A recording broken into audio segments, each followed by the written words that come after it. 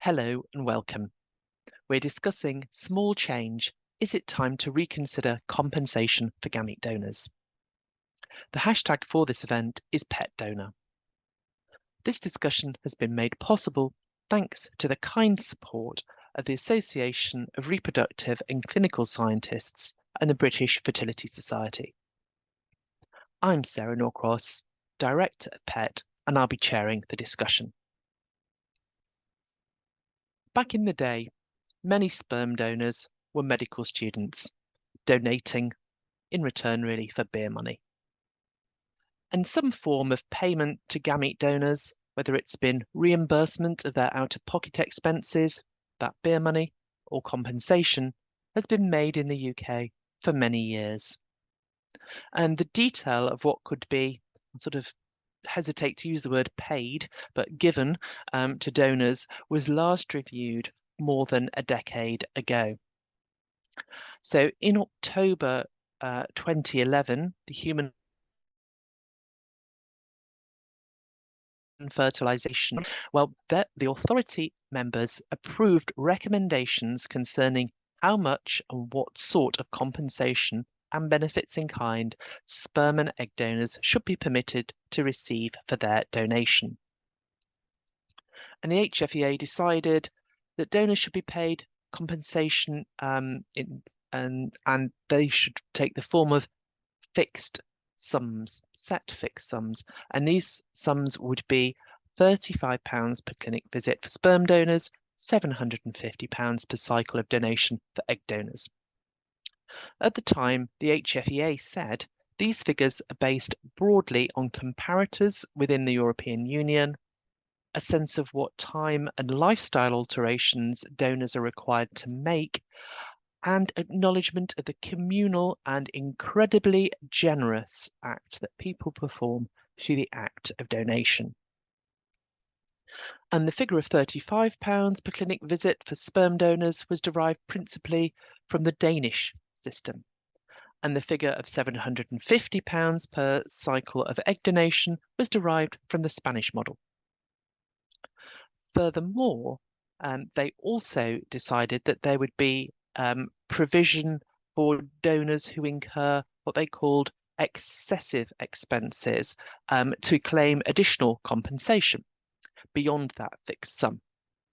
And the example of excessive expenses, which was given by the HFEA, was donors in rural areas who may feasibly incur travel expenses which far exceed donors in urban areas. So you can imagine if you're travelling up from Cornwall by train to donate, that would cost a lot more, particularly the price of train fares, than if someone just has to hop on the Northern Line to a London clinic. Now, before 2011, the UK had a system whereby sperm and egg donors could be compensated for their loss of earnings.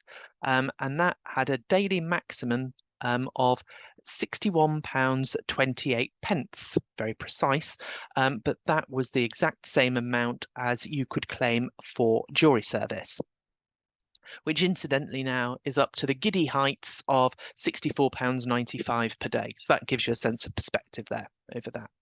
But there was an overall limit on what you could claim for your out-of-pocket, not your out-of-pocket expenses, your loss of earnings of £250 for each course or cycle of donation.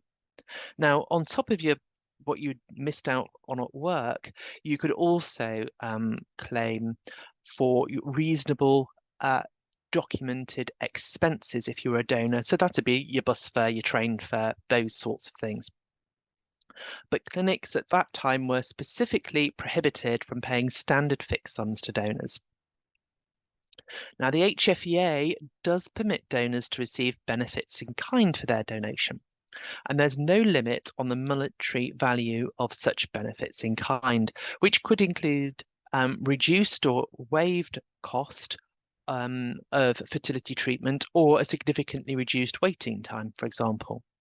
And this means that the monetary value of benefits in kind may exceed substantially both the pre-2011 and the post-2011 limits on donor compensation.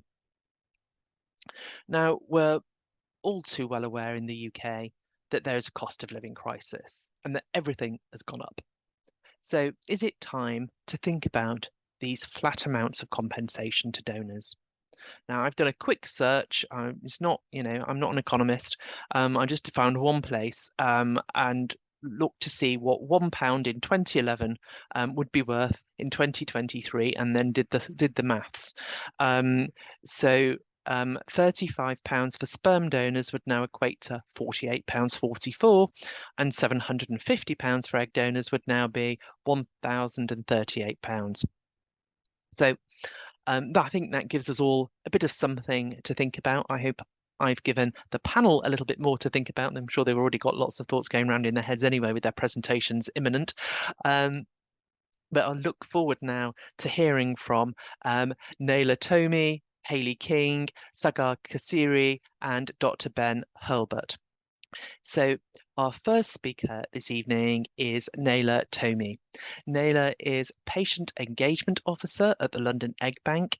She's a researcher with a particular interest in gamete donation within the UK. And in BioNews, we recently ran a piece about the London Egg Bank, where Nayla works, which was written by its director, Kamal Ahuja, and there'll be a link in the chat to this article. Hello, everyone. My name is Nayla. I am a Patient Engagement Officer at the London Egg Bank, and I am a researcher with a focus on reproductive health and gamete donation in the UK. So I will start this discussion by going over my background a little bit. I will then move on to the London Egg Bank, and then my research with the HFEA as context for our discussion on gamete donation. I would like to say that I will be focusing on egg donors mainly during this talk, as I will be providing the point of view of an egg bank.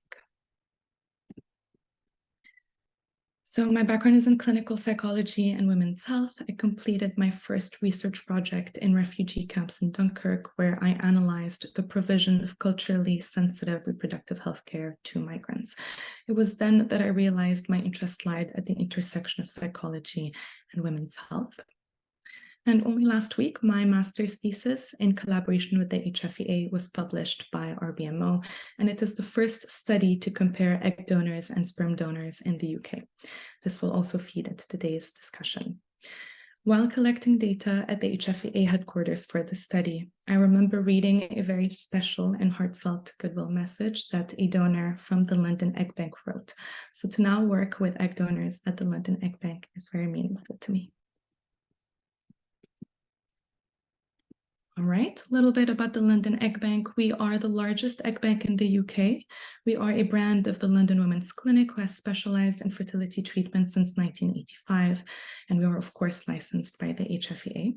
We have clinics all across the UK. In fact, I was in our Darlington clinic only this morning. We have the loveliest team there. And in terms of my role there as a patient engagement officer, it's very much of a dual role. It's recruitment-based as well as healthcare-based. In terms of recruitment, we manage online applications and queries on a daily basis through what is sent on our website. And we're also responsible for answering and providing information to anyone who has questions. In terms of healthcare, we manage the donor's donation cycle from start to finish. We complete thorough examinations of the donor's personal and familial medical history. And then we work with our clinical department to facilitate treatment in line with the HFEA guidelines. Something else that's particular to my role and that we're very proud of at the London Egg Bank is the Donor Welfare Program. This is a free fertility check that we offer our donors 2 years after their last donation cycle with us. Continuity of care is a big value for us, and we care about helping our donors beyond their donation.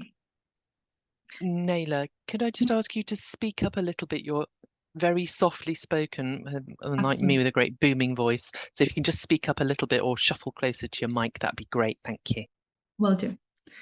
So it's safe to say that working at the London Egg Bank provides you with an in-depth understanding of what a donation cycle looks like start to finish. So let me walk you through it. So of course, this is a simplified visualization of what their journey looks like, but it starts with a potential donor applying on our website. Myself, along with my coworkers, will sort through the applications to make sure there are no disqualifiers at this point. We will then book them in for an initial consultation where we tell them all about the program, answer their questions, help them make an informed decision, and we also complete a thorough examination regarding their medical history. We then send this information over to our clinical team, and if our donors are approved to the next step, they go into the clinic for their fertility investigation appointment. They complete all of the screenings that they have to do, and then they are booked in for a doctor's consultation where all of their results are explained. If they're approved to the next step, then they can start their donation cycle, which consists of 2 weeks of FSH injections, 3 to 4 scans at the minimum, and then their egg collection, which is a routine daycare procedure in a theater room. There is a viral window for infections to pop up in our screening tests, so oftentimes donors have to come back to the clinic for a blood test that would release their eggs from quarantine. So as you can see, this is a program that requires dedication, commitment, patience, flexibility, and many trips to the clinic. So Sarah briefly touched on this. The egg donation program is an altruistic one, payment is illegal, and compensation is capped at £750 for egg donors and £35 for sperm donors. Although the process of donating was similar in 2012, out-of-pocket expenses have drastically increased. I'd like to also say that our egg donors journey is never straightforward. Trains get canceled, blood samples come back inconclusive and need to be repeated.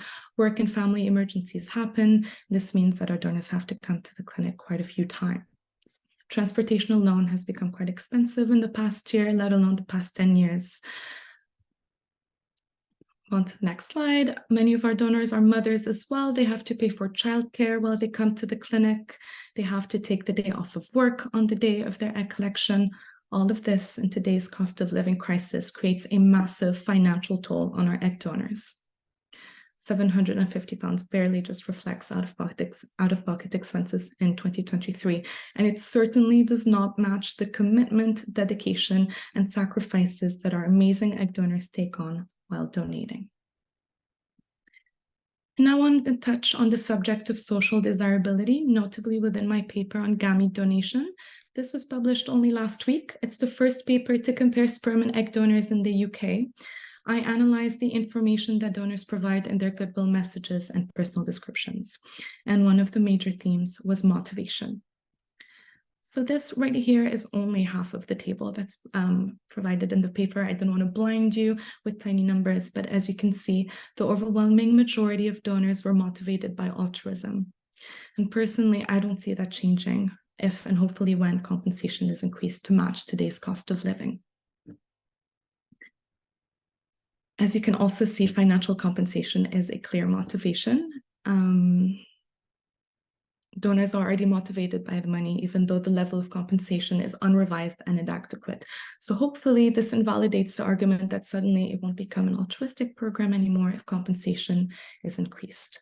I think this is not a very nuanced approach to the topic, and I would go as far as to say that this number for donors out of 131 is not an accurate reflection of how many donors are actually motivated by the compensation, and I think this is due to social desirability. It's a common phenomenon and a limitation to many studies, I would say, where participants have a tendency to present themselves in a way that is deemed preferable and more in line with societal expectations. I would also like to back this argument with my work at the London Egg Bank, where many donors present a variety and a multitude of motivations, including a financial one. And like our head of operations says, we are not here to play God or pass judgment on anyone. We are here to follow HFEA regulations, advocate for our egg donors, and provide optimal care for our patients. And I know that my colleagues would agree with me when I say that increasing gamete compensation to match today's cost of living will help us fulfill our role and honor our amazing egg donors and the unmatched gift that they provide. So to conclude, egg donation is a lengthy process that can have many bumps along the way. I believe that any policy should be revised after 10 plus years, but especially when it covers a topic that is as important as gamete donation, especially given its financial and emotional applications. I not only think that it will accurately compensate our egg donors, but I also believe that it will help us solve the shortage of egg donors that we have in the UK, and that this in turn will help our patient and the 1 in 6 couples in the UK who struggle with subfertility.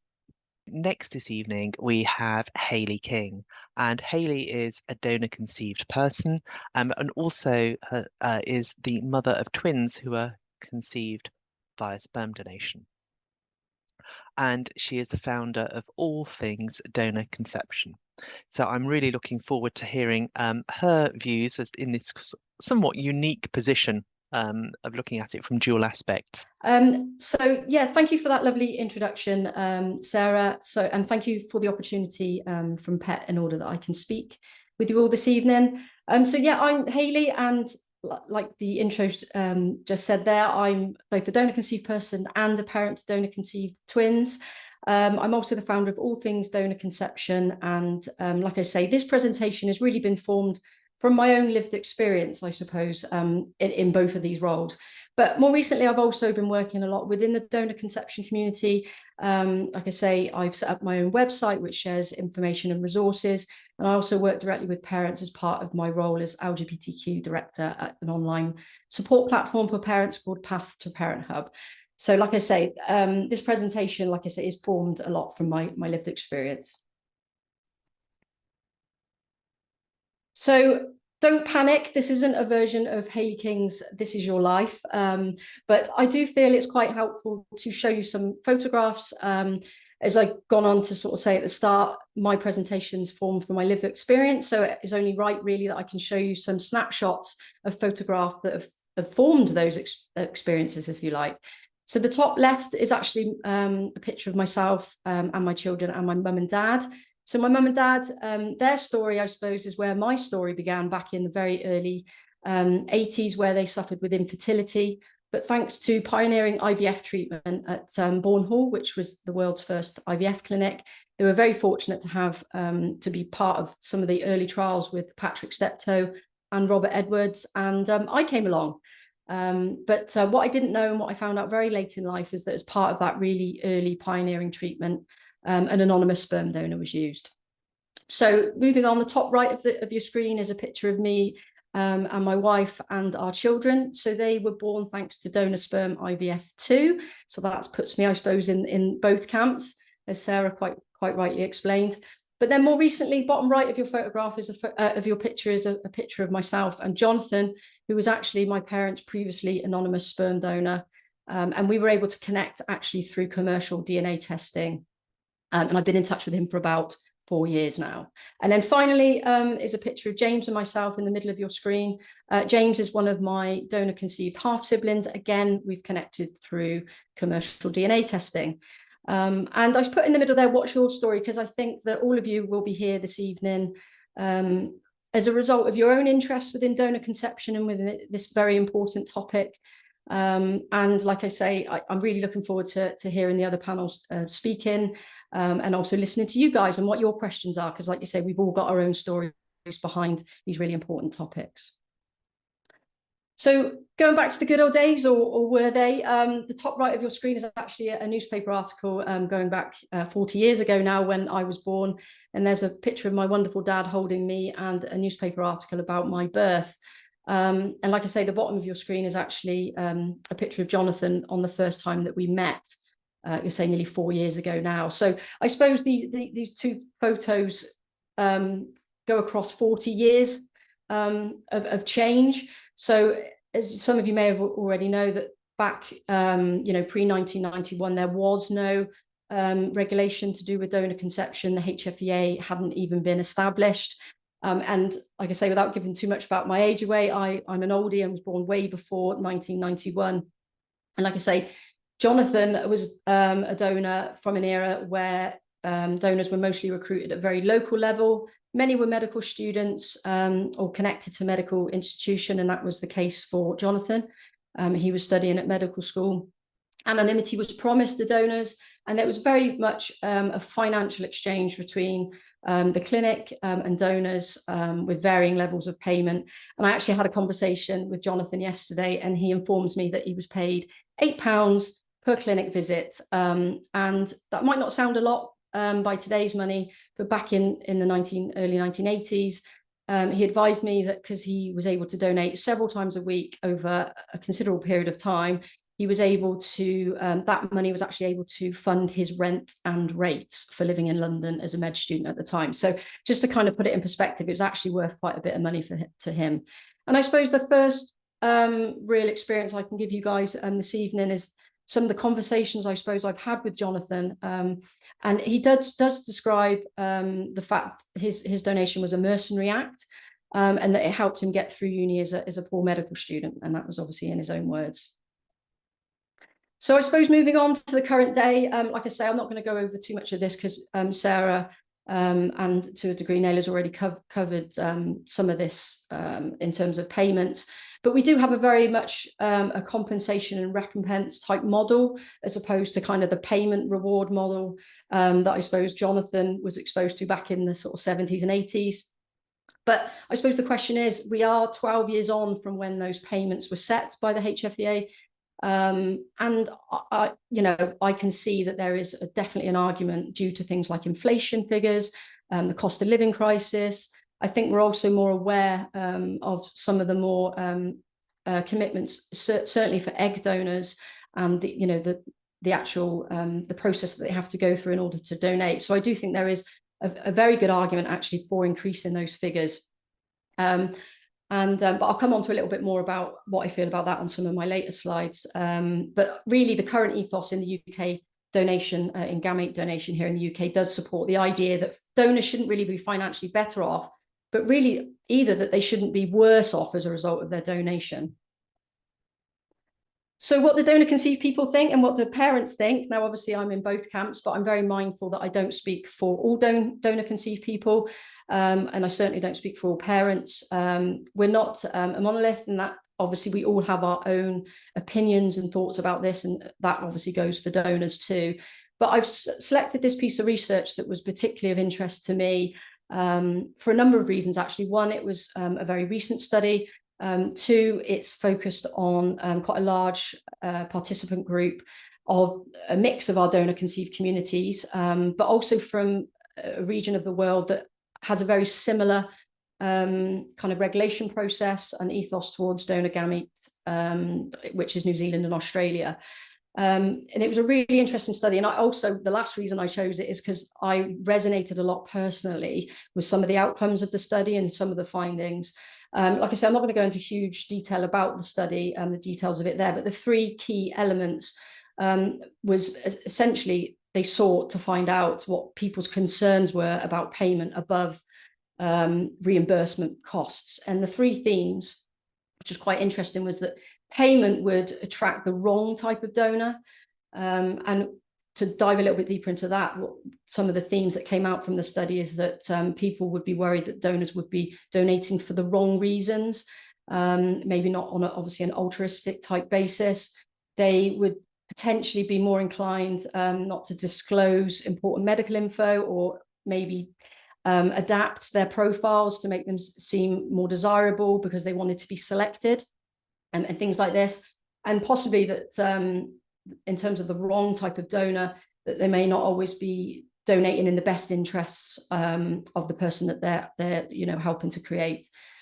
And the second one was concern for donor offspring well-being, and this one for me as a donor-conceived person is a real biggie. And some of the things that were mentioned in the study is that if donors were very financially motivated and have high payments of donation, it may suggest that obviously that is their primary motivation to donate at all costs, and that they might not be prepared for any kind of meaningful contact with a donor-conceived person at a later date, and maybe hadn't considered the long-term implications of donating. Because essentially, I think from a donor-conceived person's point of view, I've heard this a lot anecdotally within our community, is that many donor-conceived people feel as though they're a commodity when they've either found out or are aware that the donor that was used to obviously help create them was paid a significant amount of money. And that certainly can be compounded when if any contact is made and is then rejected by the donor. And then the last theme was this financial burden on the recipient. One of the concerns was that obviously if donors are paid more, would that financial burden drop down to the recipient? And obviously we all know how expensive fertility treatment is. So this slide is a really interesting one, and to your right-hand side, you'll see a number of adverts to do with recruiting donors, specifically egg and sperm donors. They're all US, from the United States egg and sperm banks. These are either taken from TikTok, Instagram. Like I say, they're all really recent, as you can see. They do rely heavily on the kind of financial gain of donation. And to be honest, I'm a huge advocate for the UK to maintain our no loss, no gain type model. And I suppose I've got a slippery slope warning here. And that is my big worry, I suppose, is whilst I appreciate payments could be increased, maybe to reflect the changing landscape of donor conception in the UK and things like inflation, I do worry that it could be a slippery slope if we end up having a completely for reward type model. And like I say, I just don't feel that kind of model is in the best interest of our donor conceived families, or donors for that matter. And like I say, I think looking at the US model, having an uncapped donor payments, we could see donors having their eye on the prize, as it were, and maybe not have looking much further past obviously the donation process and getting the money as a result of that. And obviously there are concerns about the higher the money, the higher the reward, that you could be going into the realms of being more attractive to people that are sadly financially vulnerable, and which obviously raises questions over exploitation, etc. So just in conclusion, I'm very mindful of time. In terms of the current day, I suppose, sperm and egg donation in 2023 doesn't just end at the fertility clinic, and I'm a real sort of supporter of this kind of fact. I think going back to Jonathan, when he donated in order for my family to have, for my parents to have a family, he was promised anonymity. In exchange for his sperm, he was paid. That was kind of the end of the process as far as he was concerned back in 1980. Obviously, that did come back to bite him somewhat with the advent of commercial DNA testing. But again, on that kind of line, I do think there is a changing attitude towards donor conception now over the years. Certainly our legal framework with the opening of the register, the changes of the donor anonymity laws in 2005, and even commercial DNA testing has seen that donors are being contacted pre-18 in some instances, or the fact that our laws, the way that they stand at the moment, there is a degree of admission that a donor will be contacted at some point by one of the donor conceived people that they have helped create as a result of the open ID laws that we have here. And I feel actually that in some instances, as a result of that changing attitude and change in laws, there is actually more responsibility in some ways on our donors. And as a result of that, I feel that as a society, we actually then have a responsibility back to the donors to protect, counsel, and best advise them throughout their lifespan, not just at that fertility clinic donation side of things. And I do think that actually the one-time payment at point of donation doesn't truly reflect what it can mean to be a donor in 2023, remembering that donors should also not be at a loss.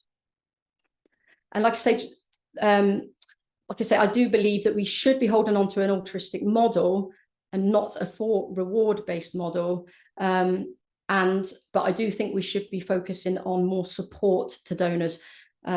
So instead of actually putting money directly into the pockets of donors, I feel that we could be investing that elsewhere to support them better for the long-term welfare of everybody involved. And I just wanted to pay attention to a really great piece of research, the Curious Connections study, which does actually look at the everyday life and relationships of what it means to be a donor, whether an egg donor or sperm donor.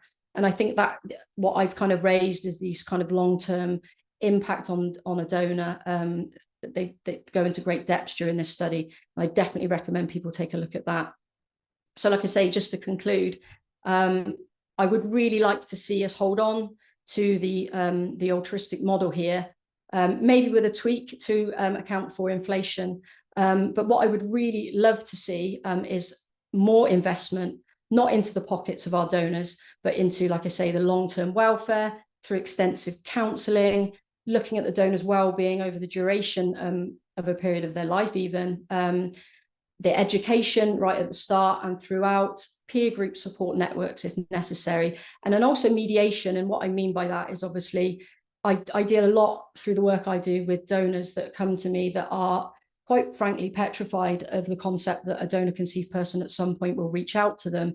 They have no idea how to manage those relationships, how to manage the connection, how to maintain boundaries, and all these issues. So I'd really like to see, like I say, some investment into sort of some mediation practices.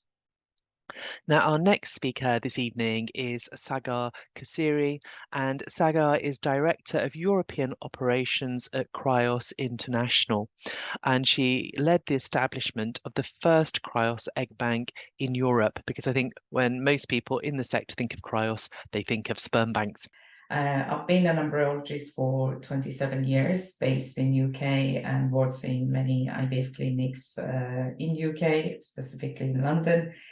And then I joined Cryos International, as Sarah mentioned, to open the first European egg bank and now sperm bank as well, based in the European side of Cyprus, so Republic of Cyprus.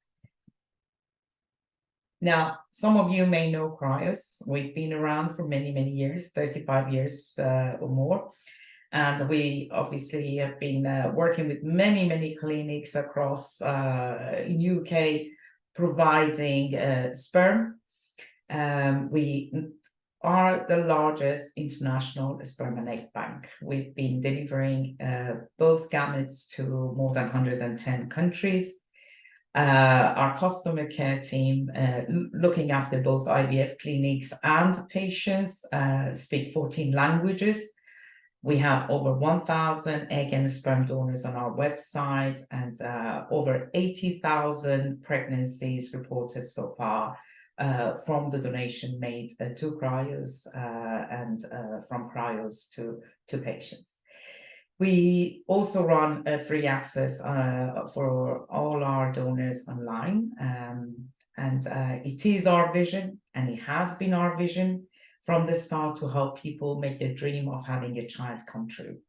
And in order to do this, we promise to deliver the highest quality of human sperm and egg, and regardless of background of intended parents, and from all ethnicities and phenotypes. As an international egg and sperm bank, obviously we need to meet the regulations of many countries that we work with. And this legality of gametes and embryo donation can get very complicated for a bank that is international. We must cater for the donor identification. We must cater for being able to treat different types of backgrounds of intended parents, for example, heterosexual couples, homosexual couples, or singles.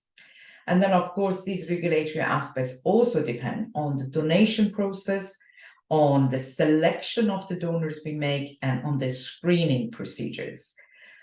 And compensation levels are also a factor in how we can recruit donors and provide these donors for use of intended parents.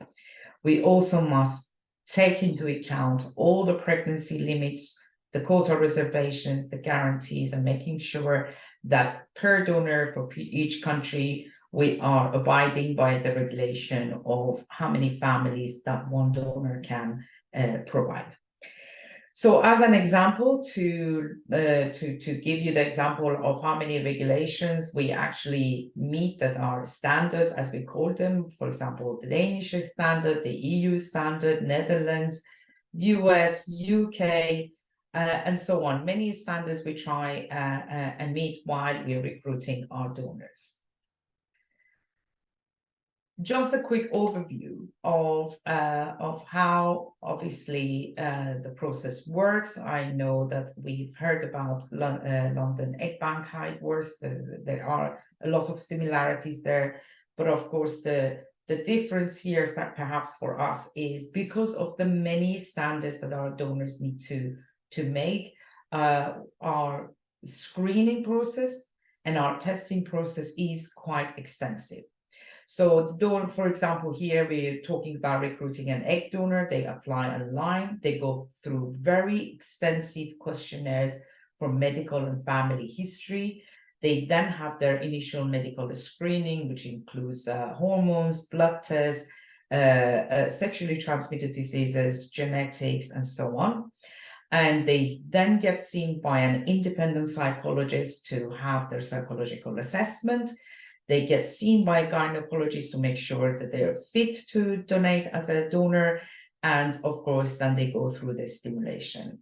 And if you see here at the end, out of 100 applications, only 4 of them make it to what we call egg donation, egg retrieval, or oocyte pickup, OPU. For this process to take place, our donors are required to attend Cryos clinic at least 10 to 15 times for each donation cycle. So without spending too much time, because my great panelists before me have actually gone through it, and Saghar has gone through it as well.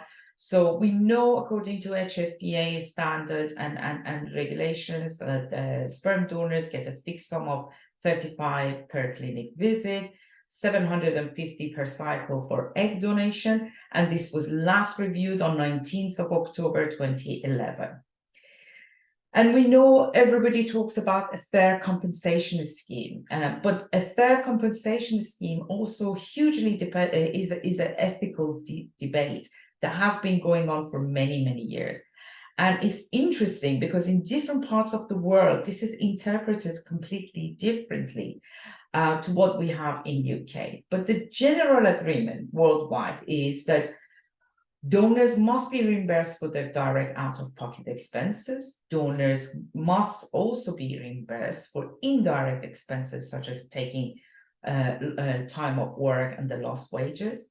And of course, compensation for their actual time spent and efforts. And if I just give you an example of what a Cryos egg donor or a sperm donor goes through in order to meet the international standards, various standards that we have, we are talking about 70 to 80 pages of documentation that they need to fill in at times, whether it's consent forms or whether it is questionnaires to meet all the criteria that we have.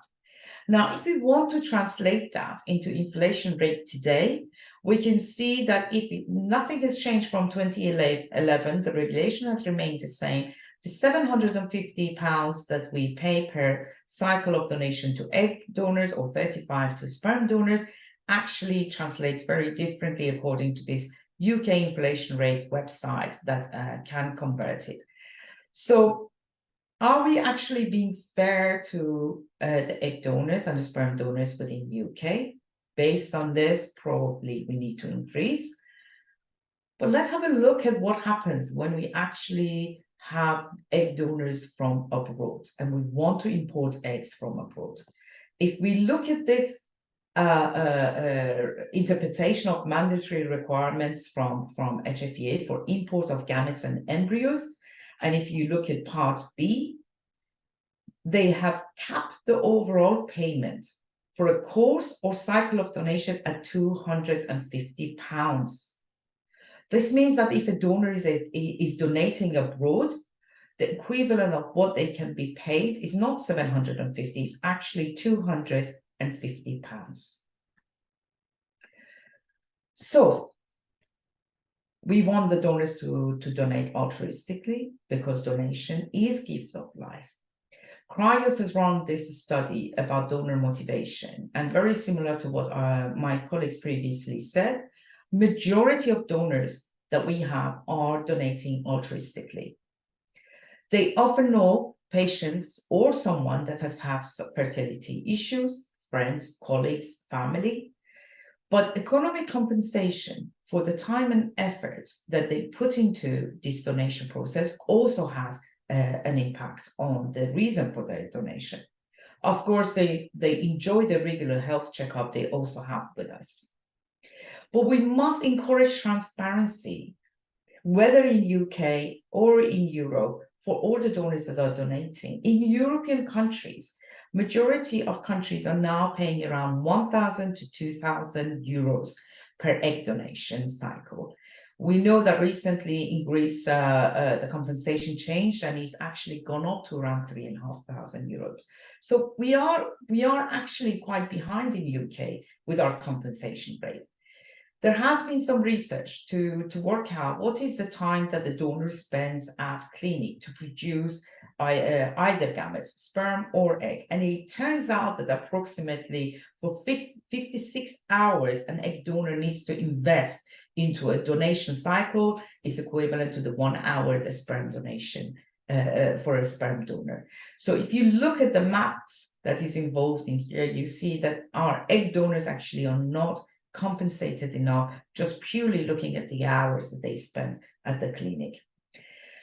Now, in UK, the shortage of egg donors has been trying to be compensated by egg sharing. So we know there is a huge shortage in UK. There is waiting lists of up to 2 years for some IVF clinics to provide egg donation for patients.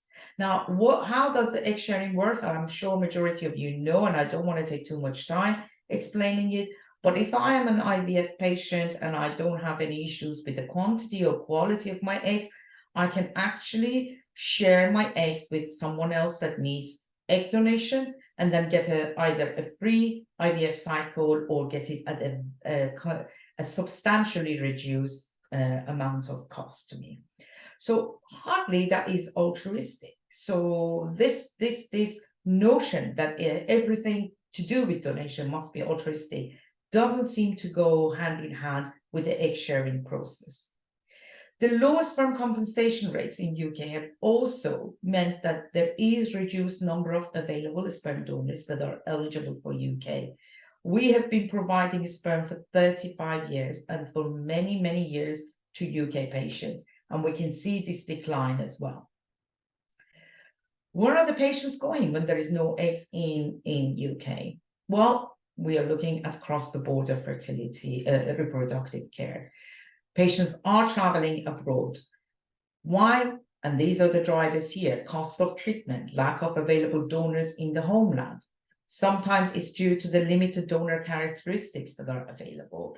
There are national regulations and limitations. In some countries across Europe, even, we have got banned donation. We have donor anonymity. So if we have anonymity status in one country that doesn't fit the intended parents' wish, then they have to travel abroad. Then marital and social status, parental rights, success rates, and patient journey. And here we can see from Fertility Tourism Survey that they ran in 2020. We can see here 57% of the patients going abroad are between the ages of 35 to 44 years old. And 42% of them are traveling abroad for egg donation. So 97% of respondents were actually thinking about going abroad. And these are the homeland patients that we are losing for traveling abroad to get treatment. Where are they going?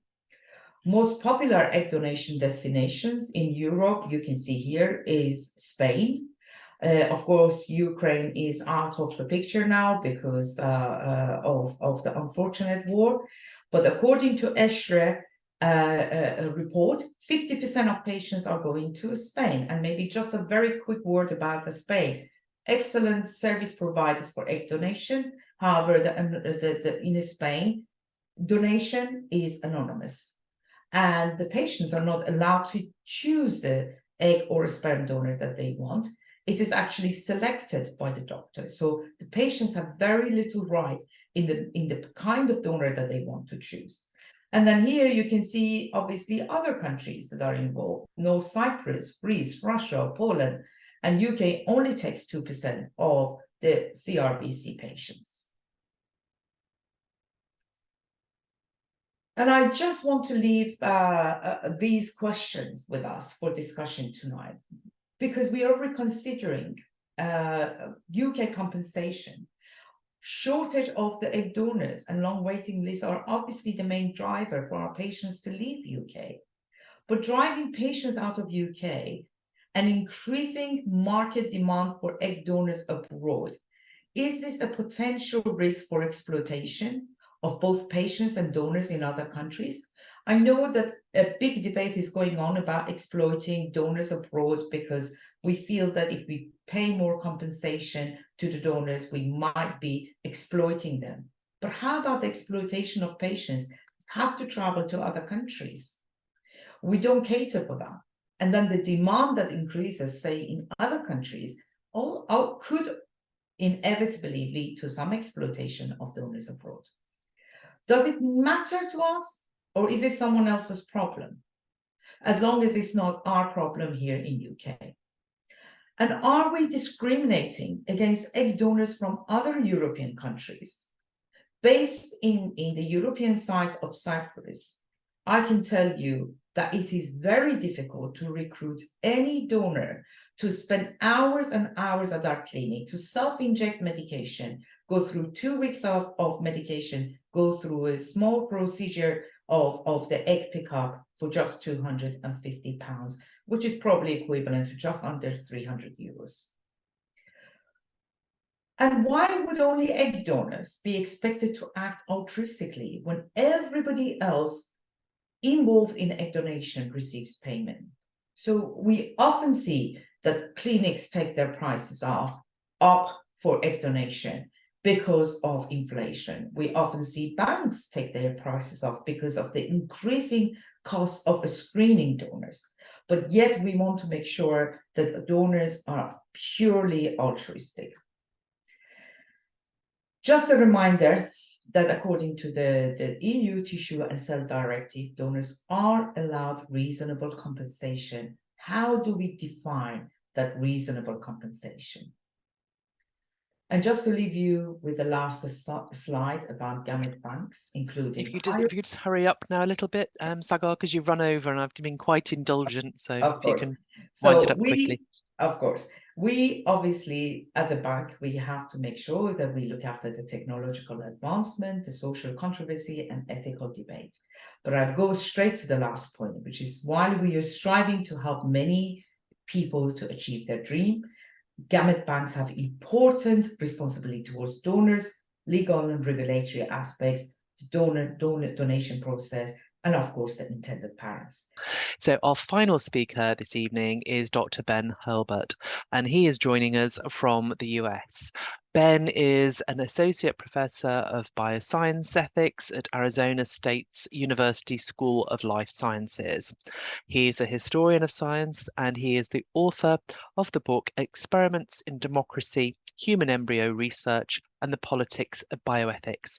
So we can get a very different take now, I think, on this. Someone from outside the sector and someone who isn't, as far as I know, and I won't put him on, in a donor-conceived parent.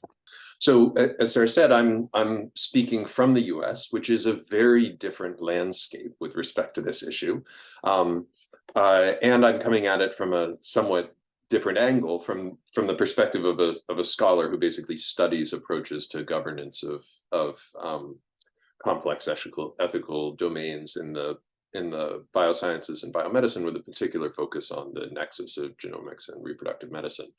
And what I want to do today is to use the US to, I hope, put some issues on the table that are more broadly applicable, despite the fact that the landscape is extremely different, and focus in particular on how the American experiment around the development of a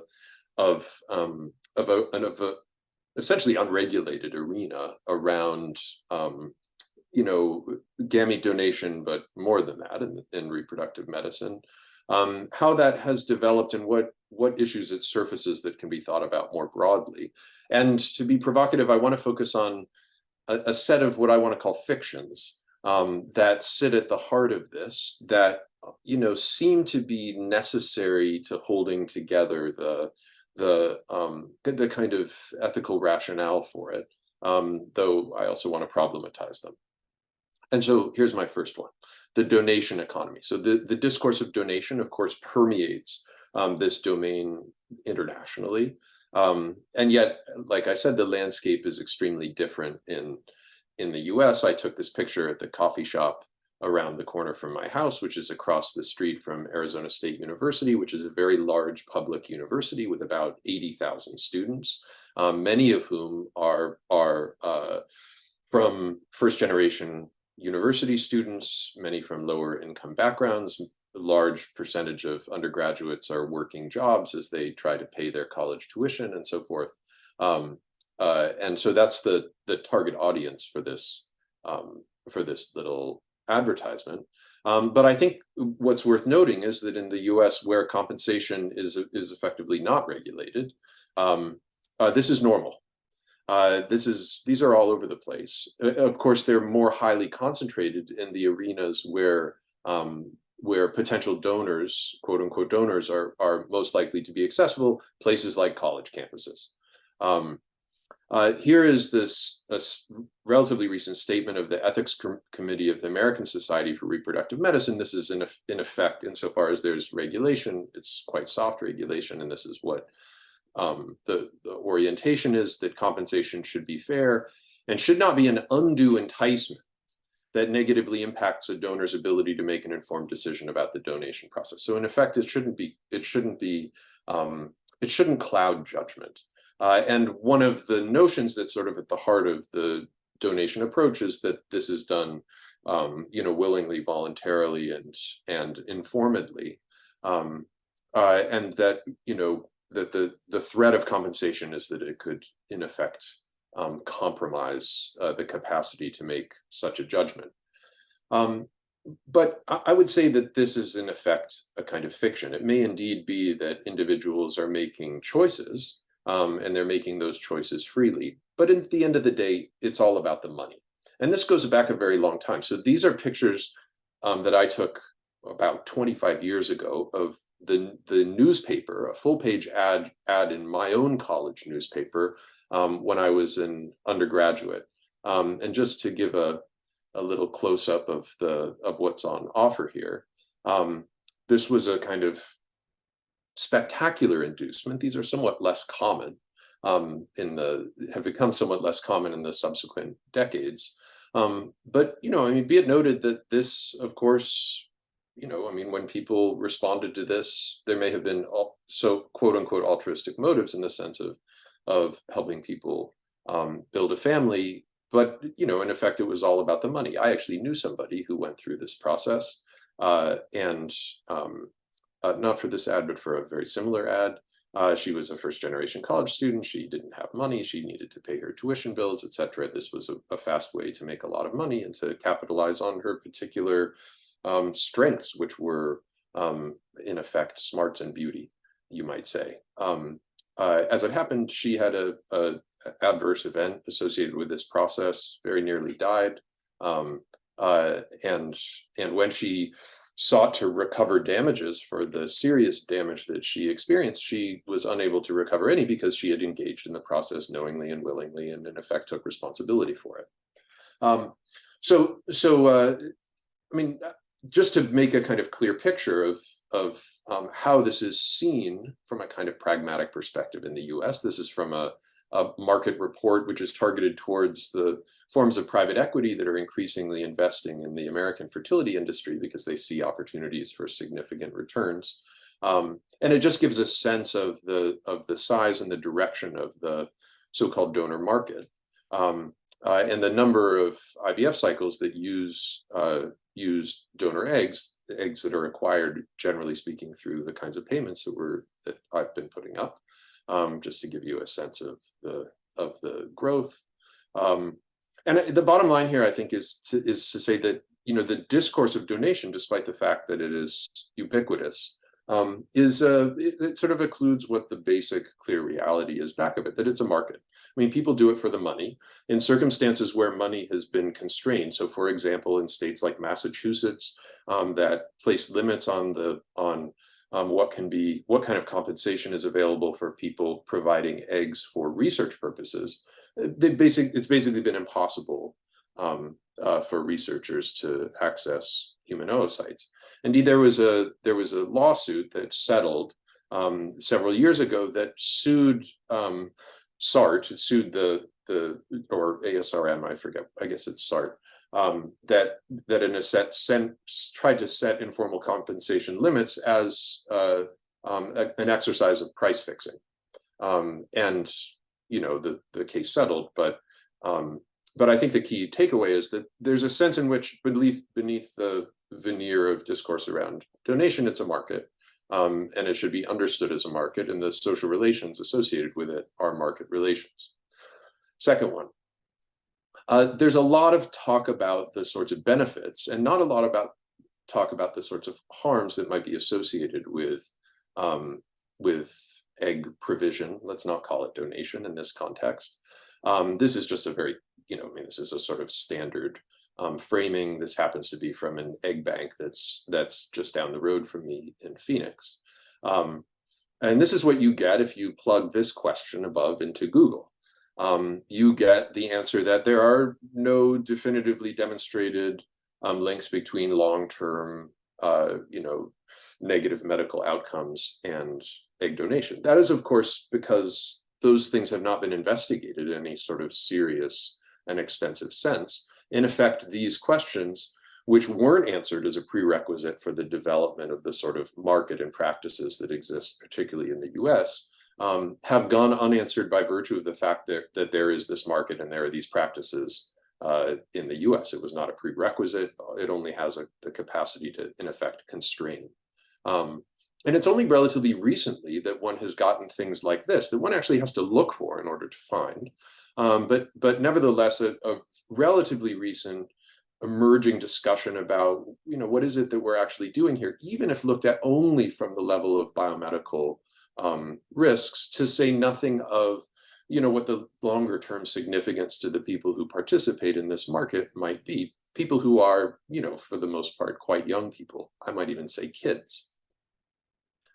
And this takes me to, I think, what is the most sort of interesting and complex and challenging and uncertain dimension of this, which is the notions of individual choice, of autonomy, that are back of the way in which these practices have emerged in the United States. So this is a quite old case. It pertains to surrogacy in particular. It's one of the early gestational surrogacy cases in the US.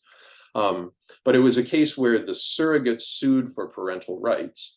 And the opinion that denied her those rights worried that if a woman cannot knowingly and intelligently agree to gestate and deliver a baby for intending parents, this carries overtones of the reasoning that for centuries prevented women from attaining equal economic rights and professional status under the law. To resurrect this view is both to foreclose a personal and economic choice on the part of the surrogate mother, and also deny intending parents their only means of procreating. I think this is a very interesting and provocative and difficult statement, the sort of dissociation of the maternal identity of the surrogate asserting her maternal rights under family law, and a kind of economic identity, the freedom to engage in economic exchange and choice. And if we think about those rights and how those rights construe the exerciser of those rights, the ways in which a kind of rights orientation, a notion of an autonomous individual exercising judgment may attenuate the kind of complexity and actually the kind of contingency of the ways in which that choice is exercised in a given moment. It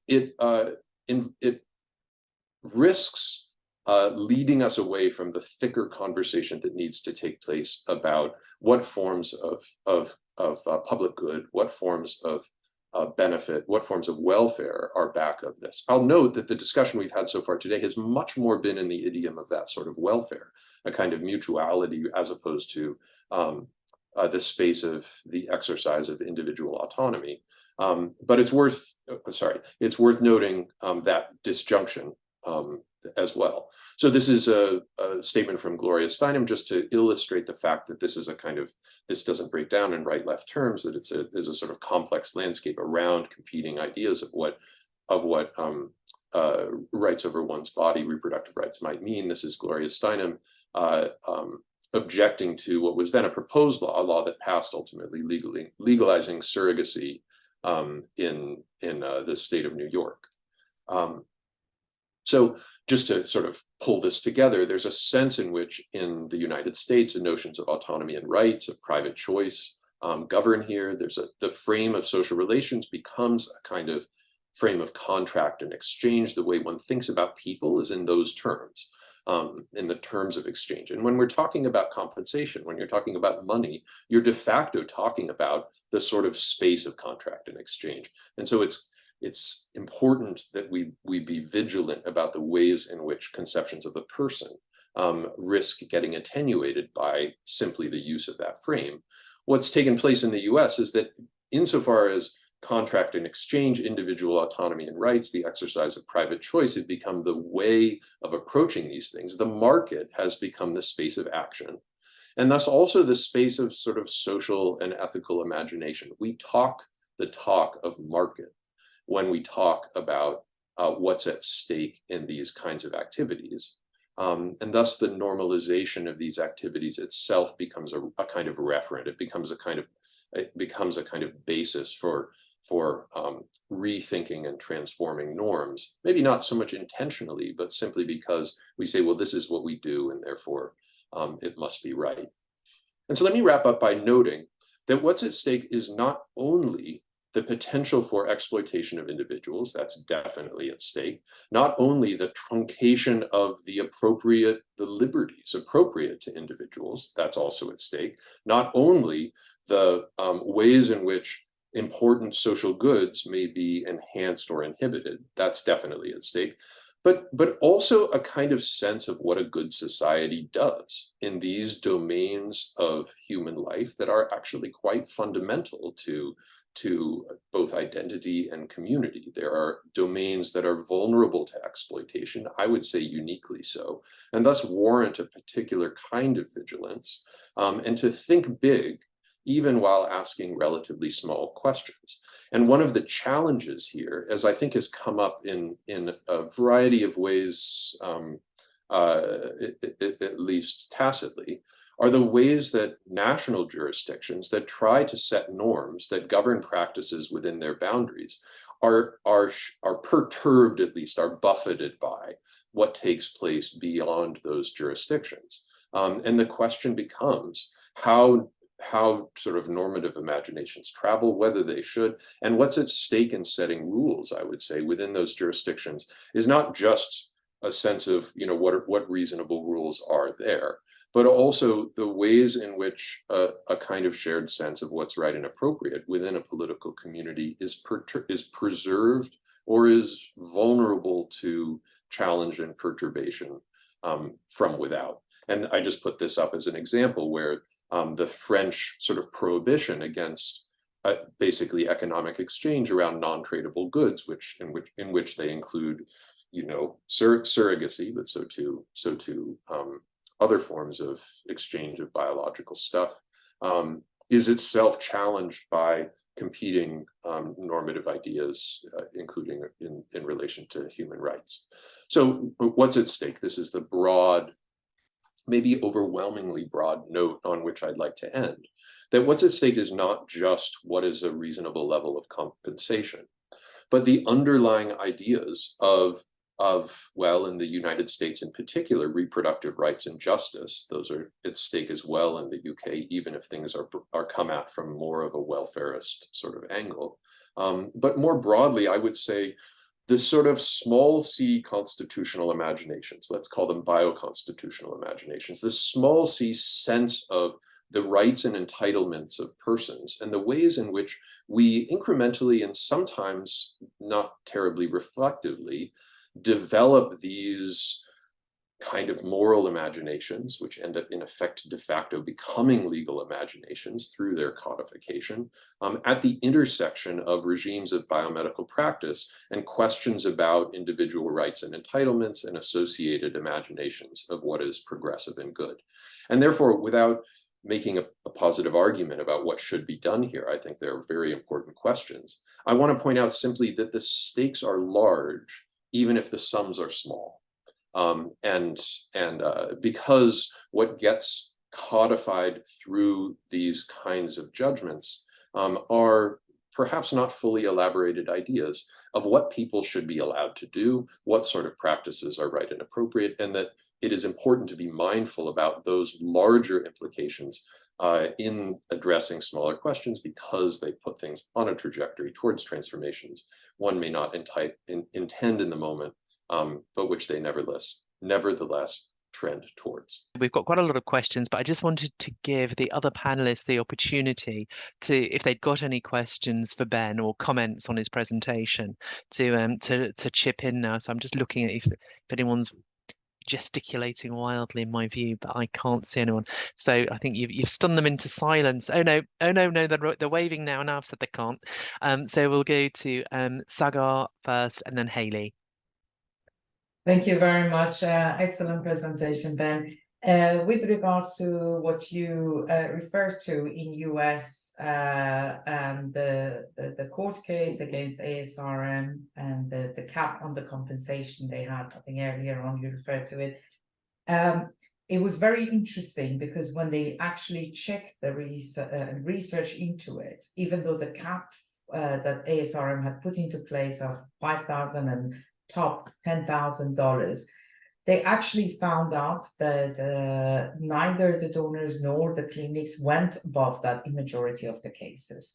So there is actually a pullback on the ethical side of it, where clinics automatically do not take egg donors that actually request a huge financial compensation. And this was actually very apparent in the paper they published, that clinics, that as soon as a donor even asked the question, how much would I get compensated, we're not getting back to the donors because they immediately knew that the intention were not altruistic.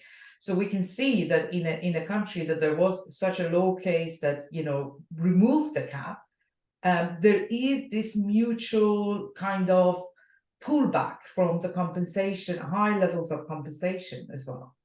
What is your view on that?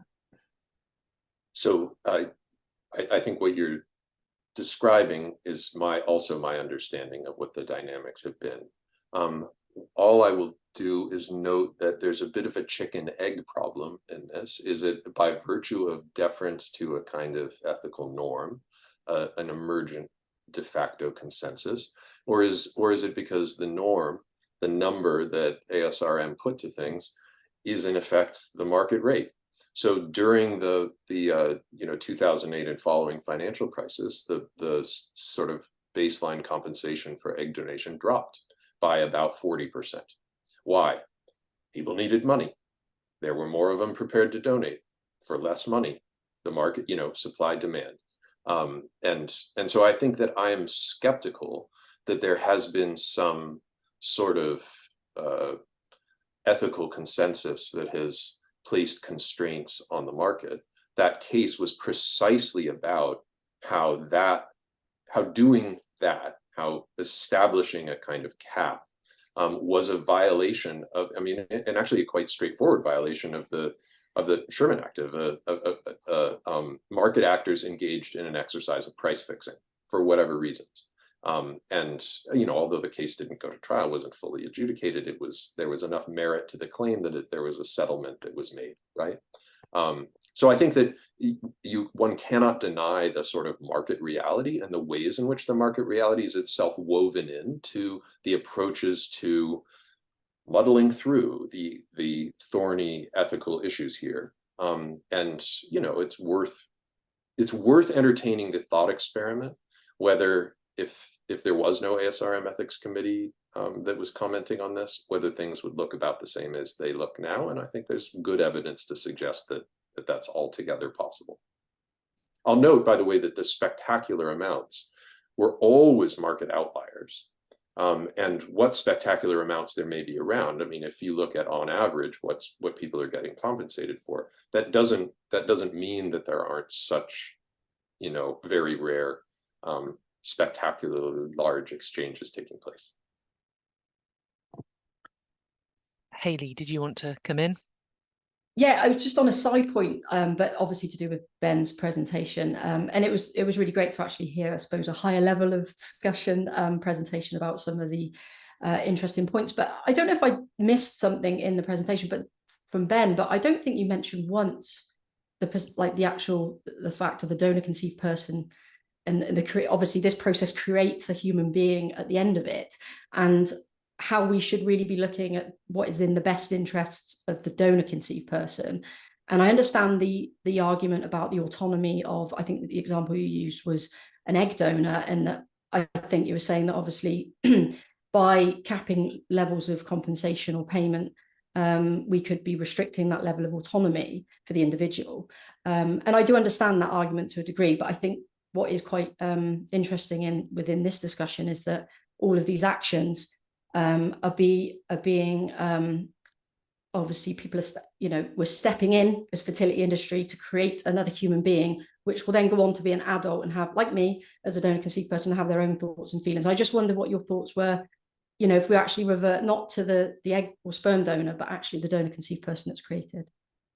Yeah, so I think it's an extremely important question. Let me note one thing, and that is my aim was to give a sort of sense of the landscape of practice and thought, not so much to advocate for a particular ethical position. So I'm simply noting that this sort of frame of autonomy, of individual choice, is the sort of dominant ethical frame in thinking about things particularly in the US, although it's by no means limited to the US. And as you saw in that ASRM statement, the worry is that compensation will in effect cloud the capacity of the individual to act autonomously and to render an informed choice about participation in the practice. But one other thing to note is that in the context of this kind of individualistic, choice-based, in effect, market situated set of relationships, the question about the donor conceived child actually doesn't really come in, except insofar as there are concerns about what the psychological meaning might be for the donor, and are they aware of it, and would the donor lie about their status of whatever genetic disease in their family, which might have negative biomedical implications for the child. I mean, my sense is that's about as close as it comes to a engagement with serious questions about what these practices mean for a future child. And there is a sense, and I think that somewhat problematically, for a long time, there's been a sense that there's in effect an alignment between the interest of the future child and the interests of the parents that are seeking to have that child, and that it's not obvious that is a reasonable position to take, particularly because the parents, who may indeed be acting in their own conception of what would be good for a child, what kind of child would be good to have, and thus what would be good for a child. Those may be conceptions that are problematic and that we may want to take steps to protect children from. I mean, just for example, one of the places where there's a kind of gray market in eggs is in Mexico. And there's a market for light-skinned egg donors. There's an advantage, a perceived social advantage associated with a lighter complexion, and you pay a premium for an egg donor, an egg sourced from an individual of a lighter complexion. And there's parental interest that maybe you can think of it as altruistically oriented towards giving your child the greatest advantage. And yet I would guess that everybody on this panel would agree that that's a pretty concerning, problematic, maybe even abhorrent set of practices, which in effect in the US are basically permissible practices because they're not questioned as such. But those are the kinds of questions we need to ask about the sorts of relations that are brought into being through practices that make room for these kinds of expressions of preferences. And the right orientation may be to kind of problematize those preferences as social norms, as opposed to just let them go. Great, thanks. Now we've got 24 questions, and probably about, not many more minutes. So we'll go to some questions now. I've got loads of questions of my own. It's really frustrating. Okay, I want to go to this. Leah Gilman, who's an academic in this area, has made a couple of comments. I'm going to bundle some of them together. So she says, thanks, Hayley. Completely agree with your point about longer term support for donors being really important here. And I think that quite a few people echoed that. And I suppose it's worth pointing out, probably particularly for Ben, the rest of us probably well aware, that there's been a big campaign by the regulator, which has started this week to make more and more people aware that identity release donors, from when the law was changed about regarding donor anonymity in the UK, the first few of those will become identifiable this year. And so it's a sort of a really, pressing point here about support for donors.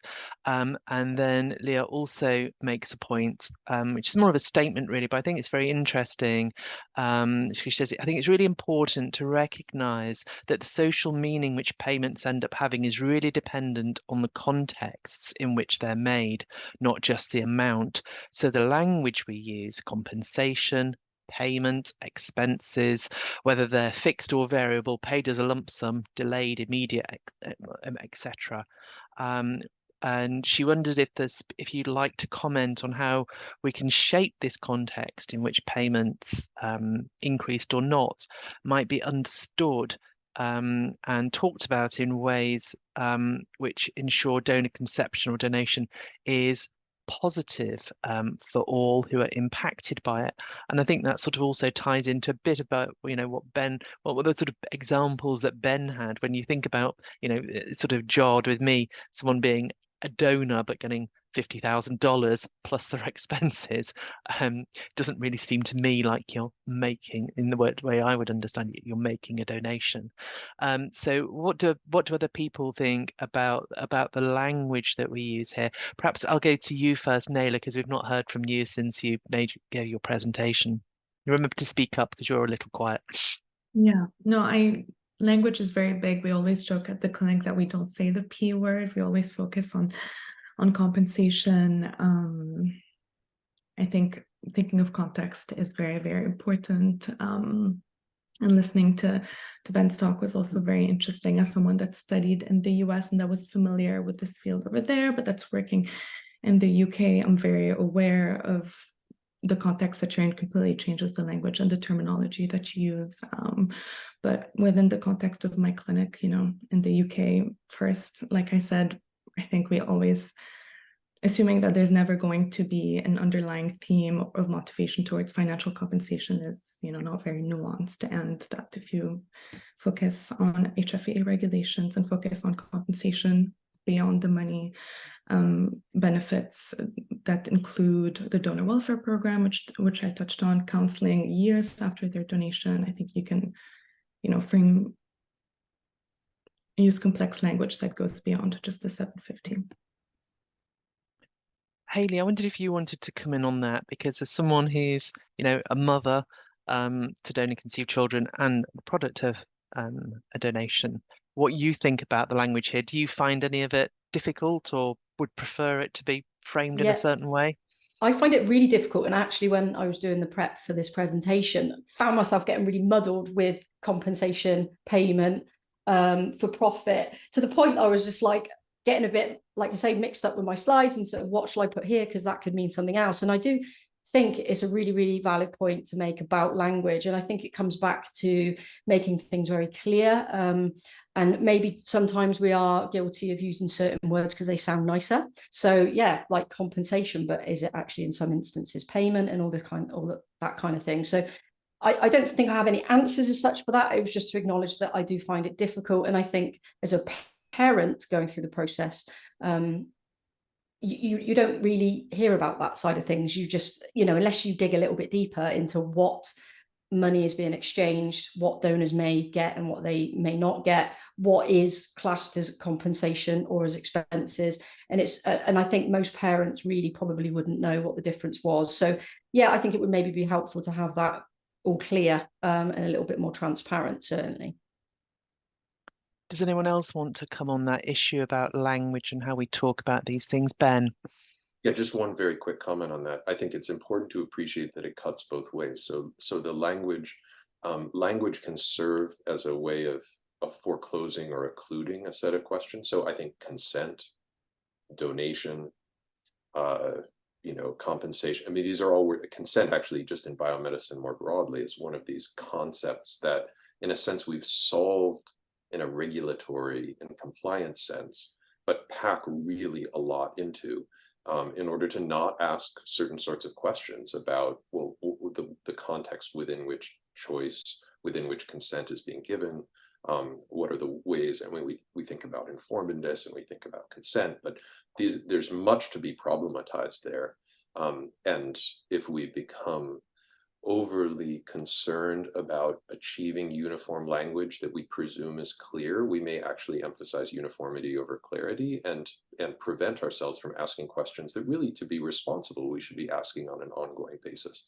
So that's all I would say about that. I think language is extremely important, but not because we have to get it right, but actually because we have to be able to ask the questions about what right would mean in a kind of ongoing and iterative way. And that's a really important point. Now I'm going to move on.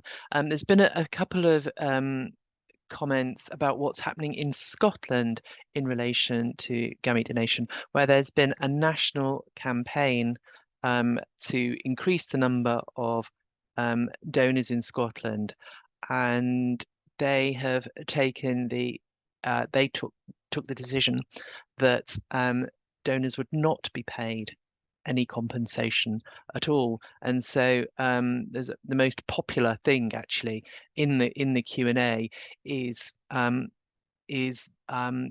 saying that this Scottish campaign has actually been successful, with 2 out of the 4 NHS clinics that participated having an impressive number of straws ready to go to the National Gamete Storage Centre that's been set up in Scotland. So I suppose it's interesting to know what the people who work in banks think about, whether that means actually people are genuinely altruistic, thinking about Nayla's comments that people, when they do these interviews with social scientists, obviously well, I'm doing it because I'm really greedy and I'm trying to amass a fortune, because that doesn't make sound great, or perhaps feel great as a person. But what do you think about that? Do you think that would have a big impact?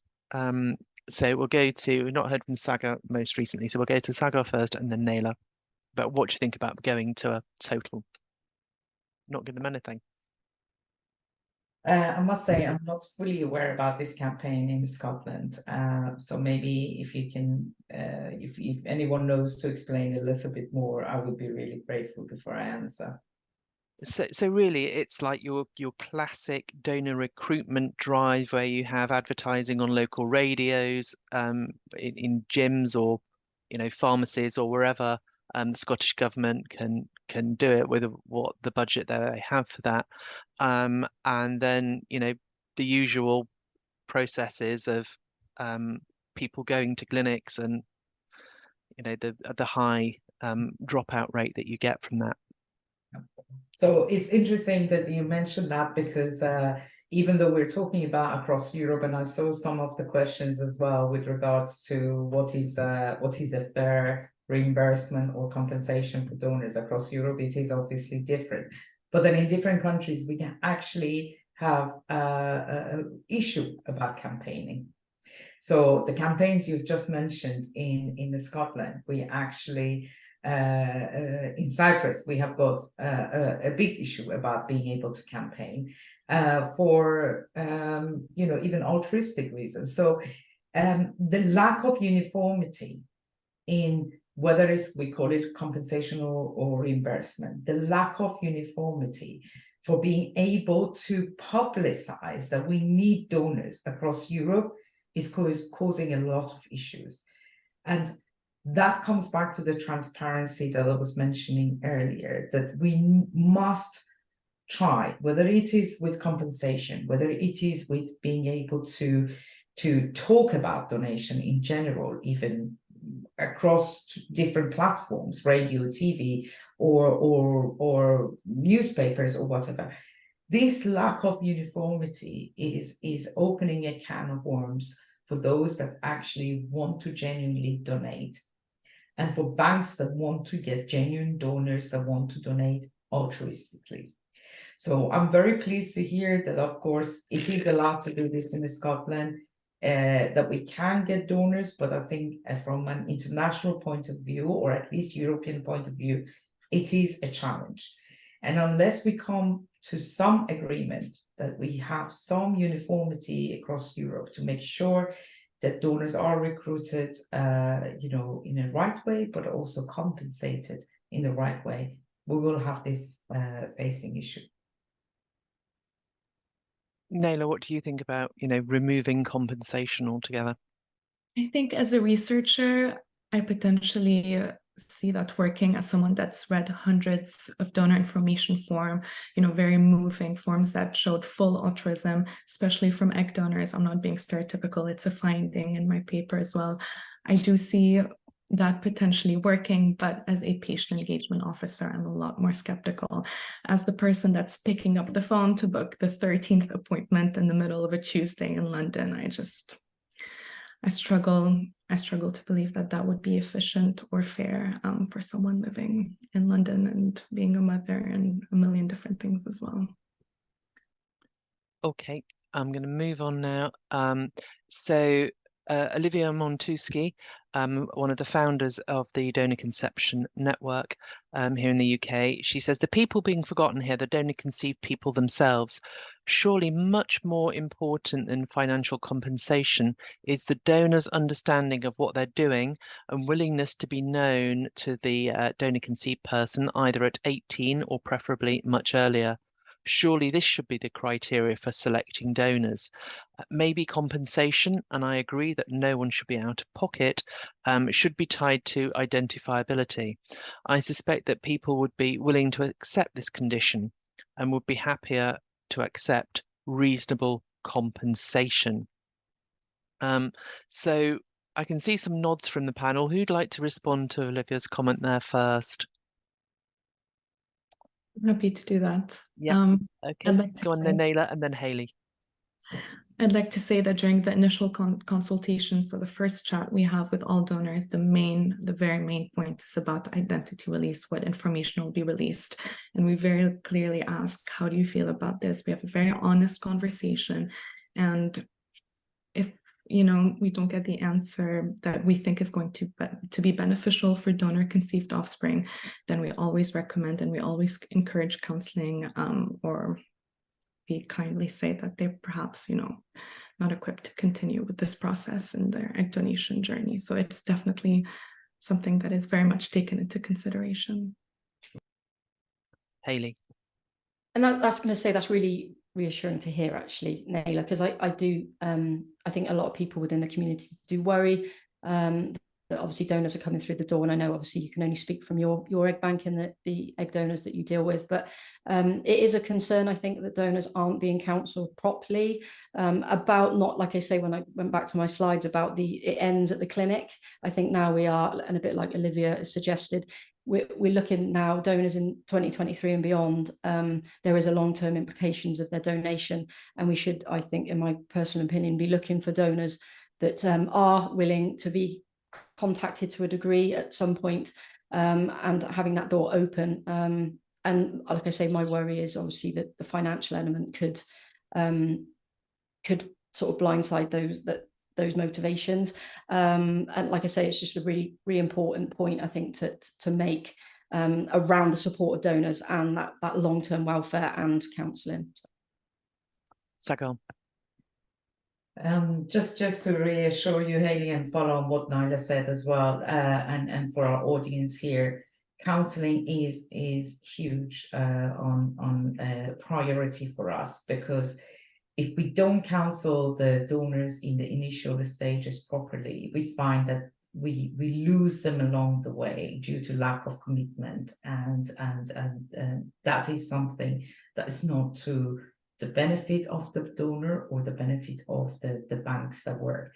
So implications counselling, which is what UK has, and we have based our counselling based on that, not only talks about how the donor feels now and what the state of mind she is now and what has been the past history, in order for us to make sure that there is mental health involved, but it's also forecasting on the future as well. How would they feel in 18 years down the line when donor children contact them? Will they disclose this to their family, to their future partner, to their future children?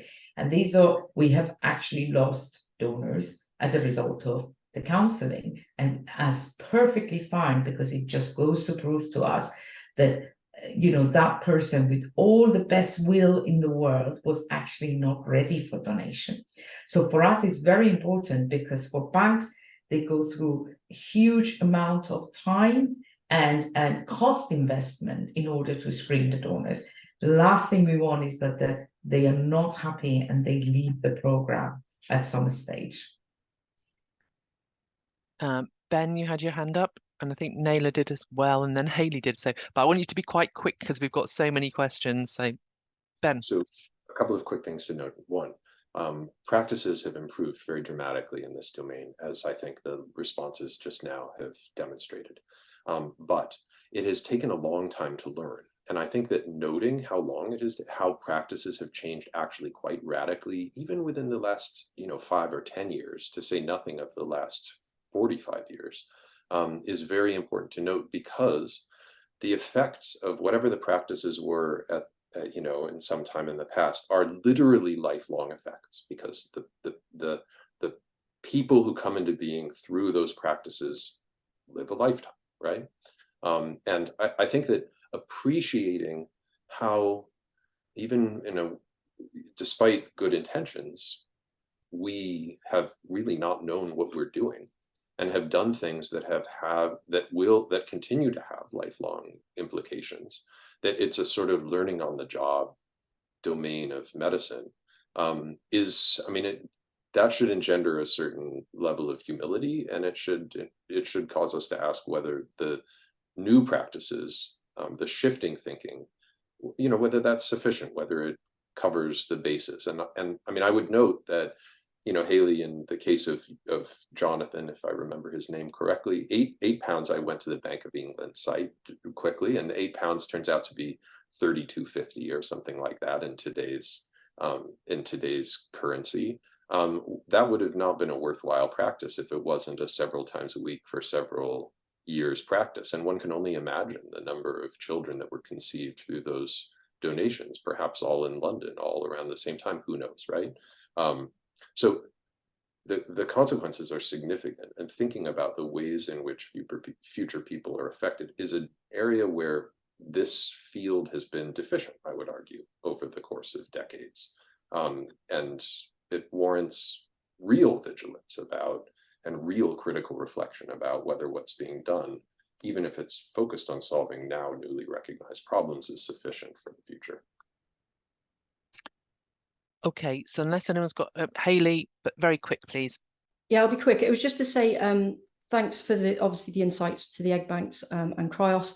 But I do know in the UK, I have it on good authority, that actually provision is being removed for donors in terms of counselling at a number of clinics, specifically for sperm donors. So yeah, in an ideal world, I think what you're saying is great, but actually what's happening here in the UK is probably the opposite. So a very quick question, I hope, from someone who's chosen to be anonymous. Who actually pays the sperm and egg donors? Is it the clinic, the HFEA, or the Department of Health? I think. Who wants to take that one? Nayla? I can answer from, sorry. No, Saghar. Go on, Saghar. The banks pay. Yeah. If only, the HFEA definitely would not be paying for that, and the Department of Health, highly unlikely in England, that's for sure. Okay, so another anonymous one, it takes it down a bit slightly different avenue, is do you think patients paying for gametes gives them permission to be more picky about the characteristics of the donor? I know we've sort of been really talking about how much the donors are paid, but I suppose you have to think there's a knock-on effect that the donors are paid more, then the recipients are going to be paying more. What do you think? Do you think that is a thing? Saghar, from a big bank, what about these picky picky people. I think we need to be very careful about how we define intended parents when they want to choose donors. It's a very, very difficult process for them to go through. When someone is told that they cannot have their own genetic child, it is quite an emotional process they go through. So I often get very saddened when I see reference to intended parents as being looking for designer babies or looking for children that are kind of different and so on. I think it undermines the pressure the intended parents are going through. And it's a kind of human rights. You know, human right is that we should be able to select the partner we want, or we should be able to select whoever we want to have a relationship in the future. Now, nobody stops anyone at the stage that they want to have children if they could have it naturally. Why is it that we think we need to be so judgmental and stop intended parents because they have a fertility disease or infertility disease that stops them naturally to be able to have a child? So I think we need to be very, very careful about where we set that boundary on ethical things, because the intended parents get judged quite a lot in the press, and I think we need to be very, very careful on that.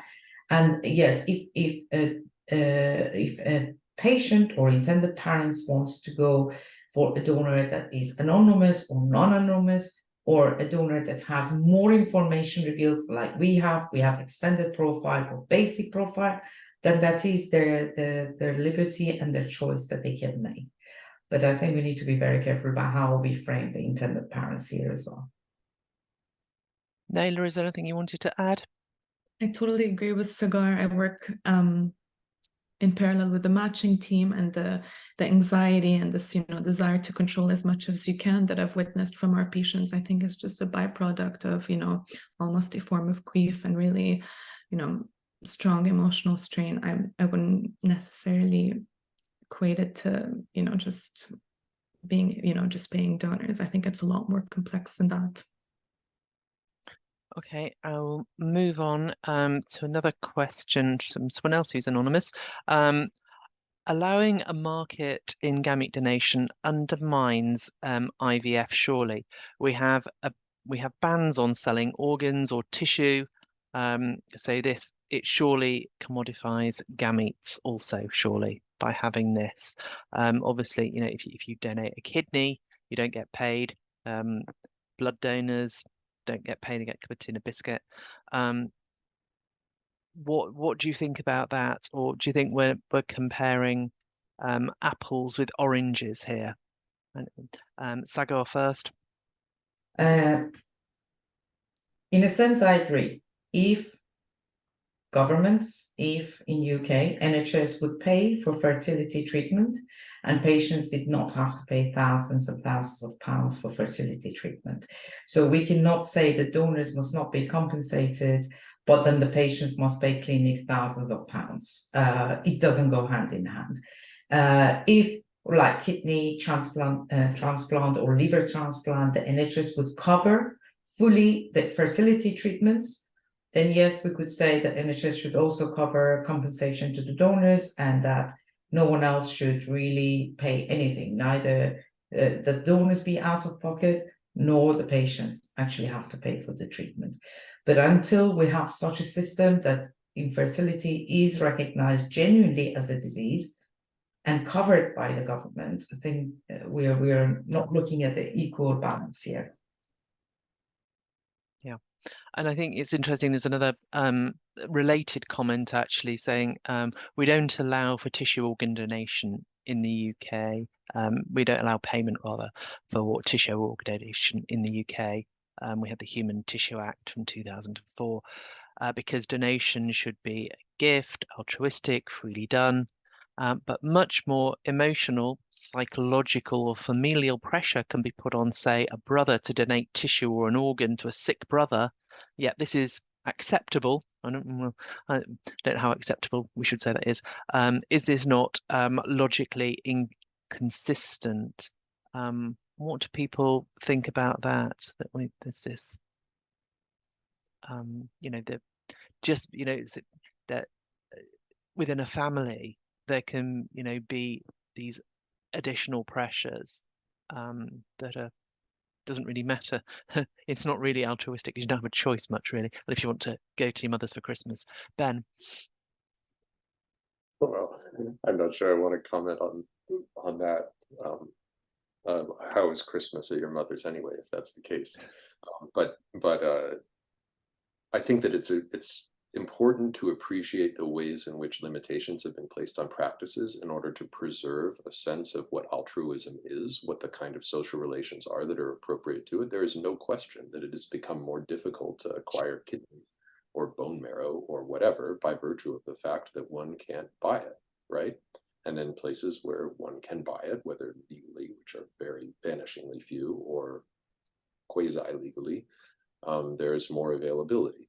So I think it's important to appreciate that the market works if by what you mean by if works means provides an adequate and available supply to those who are demanding a certain a certain product or good. And in the case of human eggs, the US market is a large market, and people from all over the world, including the UK, travel to it in order to access it. And it matches donors with sellers with purchasers, basically. I think the question then is, are the de facto norms, about what is right and what are the right and good ways for us to treat each other that are built into an arrangement like that? Are they acceptable norms? Are they good? One of the things that's notable in the US is that in a funny way, reproduction has been treated as different than bone marrow, kidneys, etc. in some strange sense, because it has to do with the exercise of a kind of autonomy, a kind of reproductive right that, I would mark as pretty questionable. I have had a reasonable number of students who have gone through the egg donation process because they needed money, plain and simple, and even already regretted it to some degree. But imagine their future selves, once they were reasonable earners, actually seriously regretting it and never even contemplating the possibility of engaging in it. And I will note in this discussion that a problem has been marked repeatedly, a problem of a sort of insufficient supply of oocytes in British IVF, and that compensation is being treated as a solution to it. It's the limits are the amounts are much lower than in the US, and it may be that is sufficient to make it sufficiently unattractive that people aren't really doing it for the money. But I would guess if you look at who's engaging in these practices, they're not people who are, for the most part, middle class, reasonable earners and so forth. They're people for whom 750 pounds is not nothing, I would guess. Anybody want to comment on Ben's remark there? The profile of a UK egg donor, there tend to be people that to them £700 wouldn't be nothing. I mean, I have to say £750 to me, working for a charity, would be something, but that ship has sailed for me. But not in the course of 3 months time, 3 to 4 months time investment. That is very different. And some countries actually in Europe base it on minimum wage per month, and that's how they calculate the compensation. For example, Spain pays around 1,000 euros. It is based on a minimum wage of 14,000 euros divided by the 14 months salary they calculate it. And that's why it's about 1,000. So the time investment, yeah. Okay, so I think one of the things is,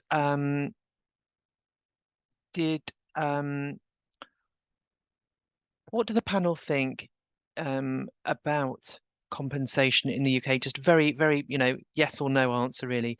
Do you think that the HFEA should put up the compensation paid to donors simply in line with inflation in the UK. I can see, yep. So if we just, we'll go Hayley, then Nayla, Saghar, and Ben, just yes or no, and then I'll just wrap up. So for me, yes, I think that it should put it up in line with inflation and cost of living, but we should be extremely cautious about going any higher. Yes. Yep. Saghar? Yes, for me, and also not to discriminate against donors that are from abroad. And Ben? I'm going to plead American and abstain from voting as a non-British citizen and say simply, the question is not merely a yes or no question, but a why. And the why is what's really important. In effect, I would say more than the relatively small amounts of money that are at stake here.